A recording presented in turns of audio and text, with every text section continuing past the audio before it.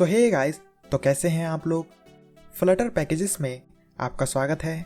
तो आज के इस वीडियो में मैं आपको बताऊंगा कि कैसे हम फ्लटर सिक्योर स्टोरेज की हेल्प से यूज़र के क्रिटिकल डेटा यानी क्रेडेंशियल को डिवाइस में स्टोर कर सकते हैं एंड रीड कर सकते हैं और डिलीट कर सकते हैं, वो भी सेफली। तो ज़्यादा टाइम वेस्ट ना करते हुए चलिए वीडियो को शुरू करते हैं। तो डेटा को स्टोर करने के लिए आपको डिपेंडेंसीज के अंदर फ्लटर सिक्योर स्टोरेज को ऐड कर लेना होगा एंड इस पैकेज को यूज़ करने के लिए build.gradle फाइल में min_sdk वर्जन को 18 से ज़्यादा कर लेना होगा, तभी हम इसे यूज़ कर सकते हैं। सो ये है हमारे ऐप का डिज़ाइन, जैसा कि आप यहाँ देख सकते हैं। यहाँ पर मैंने 2 टेक्स्ट फील्ड बना रखा है जिसकी हेल्प से हम यूज़र नेम एंड पासवर्ड को गेट करेंगे एंड देन स्टोर करेंगे एंड यहाँ पर हम स्टोर डेटा को शो करेंगे। यहाँ पर मैंने 3 बटन बना रखा है जिसकी हेल्प से हम डेटा को राइट, रीड एंड डिलीट करेंगे। तो डेटा को स्टोर करने के लिए सबसे पहले हम यहाँ पर एक फ्लटर सिक्योर स्टोरेज टाइप का स्टोरेज इंस्टेंस क्रिएट कर लेते हैं। अब डेटा को राइट करने के लिए हम यहाँ पर राइट नाम से एसिंक्रोनस फंक्शन बना लेते हैं एंड यहाँ पर हम अवेट कर स्टोरेज डॉट को कॉल करते हैं। देन इसमें हमें राइट का ऑप्शन मिलेगा। बेसिकली इसमें हम ओनली स्ट्रिंग डेटा को स्टोर कर सकते हैं। तो की में हमें आइडेंटिफिकेशन की देना होगा एंड वैल्यू में हमें डेटा को देना होगा जो कि हम स्टोर करना चाहते हैं। तो हम इन दोनों वैल्यूज़ को फंक्शन के कॉल करने पर गेट करेंगे। सो हमारा राइट फंक्शन बन चुका है।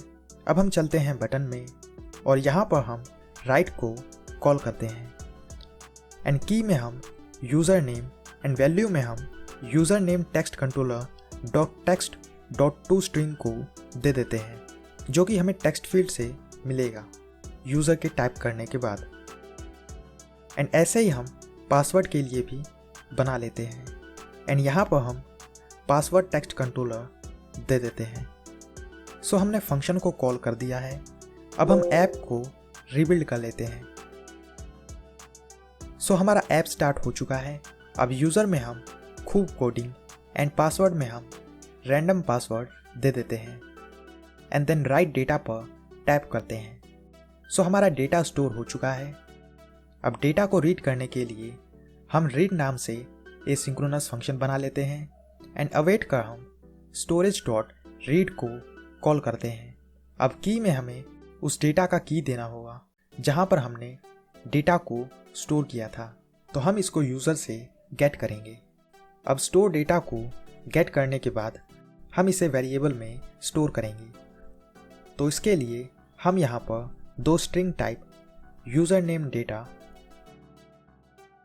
And password data variable create कर लेते हैं। अब डेटा मिलने के बाद हम इस डेटा को रिटर्न कर देंगे एंड यदि डेटा नल हुआ देन हम नो डेटा को रिटर्न कर देंगे सो दैट ये हमें एरर शो ना करे। तो हमारा रीड डेटा फंक्शन बन चुका है। अब हम बटन में चलते हैं और इसे एसिंक्रोनस कर देते हैं। अब अवेट कर हम रीड को कॉल करते हैं एंड यूज़र नेम की को दे देते हैं एंड ऐसे ही हम पासवर्ड को भी रीड कर लेते हैं। अब ये फंक्शन कॉल करने के बाद ये हमें डेटा को रिटर्न करेगा। तो हम इनको इनके वैल्यूज़ में स्टोर कर देते हैं एंड देन इनके डेटा को हम प्रिंट कर देते हैं। यदि अब हम रीड डेटा पर टैप करते हैं देन ये हमें यूज़र नेम एंड पासवर्ड को यहाँ पर शो करेगा, जैसा कि आप यहाँ देख सकते हैं। अब डेटा को स्क्रीन पर शो करने के लिए हम इनके वेरिएबल्स को टेक्स्ट में दे देते हैं।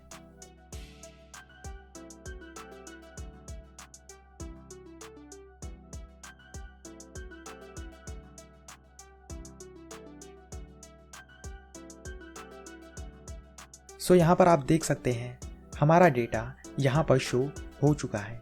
ऐसे ही हम new user name and password type कर राइट करते हैं एंड देन रीड करते हैं तो हमारा न्यू डेटा यहाँ पर शो होगा।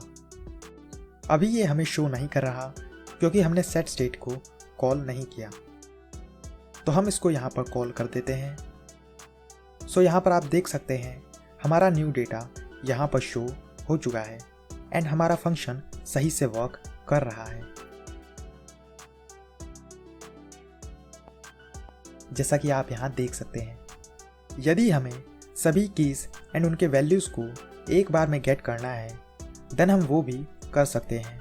तो इसके लिए हम रीड ऑल नाम से एक फंक्शन क्रिएट कर लेते हैं। देन डेटा वेरिएबल्स में हम अवेट का स्टोरेज डॉट रीड ऑल को कॉल करते हैं एंड गेटिट डेटा को हम रिटर्न कर देते हैं।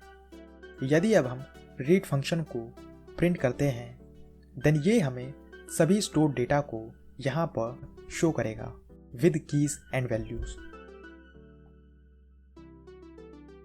जैसा कि आप यहाँ देख सकते हैं। सो अब हम डेटा को डिलीट करेंगे। तो इसके लिए हम यहाँ पर डिलीट फंक्शन बना लेते हैं एंड अवेट का हम स्टोरेज डॉट डिलीट को कॉल करते हैं एंड सेट स्टेट की हेल्प से UI को रीबिल्ड कर लेते हैं।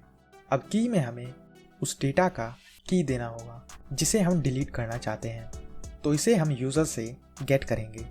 अब चलते हैं हम बटन में और यहाँ पर हम डिलीट को कॉल करते हैं एंड इसमें हम यूज़र नेम के की को दे देते हैं एंड पासवर्ड के की को दे देते हैं एंड नीचे हम प्रिंट कर देते हैं डेटा डिलीटेड। यदि अब हम डिलीट करते हैं देन ये डेटा डिलीट हो जाएगा एंड यहाँ पर हमें नो डेटा शो होगा, जैसा कि आप यहाँ देख सकते हैं। ऐसे ही हम डिलीट ऑल फंक्शन बना लेते हैं एंड अवेट का हम स्टोरेज डॉट डिलीट ऑल को कॉल करते हैं एंड सेट स्टेट को दे देते हैं। यदि अब हम इसे यहाँ पर कॉल करते हैं देन ये एक बार में सभी डेटा को डिलीट कर देगा एंड हमें कुछ भी शो नहीं होगा, जैसा कि आप यहाँ देख सकते हैं। अब इसमें हमें एक कंटेन्स की का फंक्शन मिलता है जिसकी हेल्प से हम स्टोर डेटा को चेक कर सकते हैं कि ये डेटाबेस में प्रेजेंट है या फिर नहीं, सो दैट डेटा रीराइट ना हो सके। जैसे कि हम यहाँ पर प्रिंट करते हैं स्टोरेज डॉट कंटेन्स की ऑफ यूजर नेम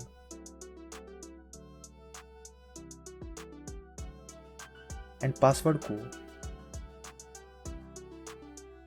देन ये चेक करेगा कि डेटाबेस में ये प्रेजेंट है या फिर नहीं।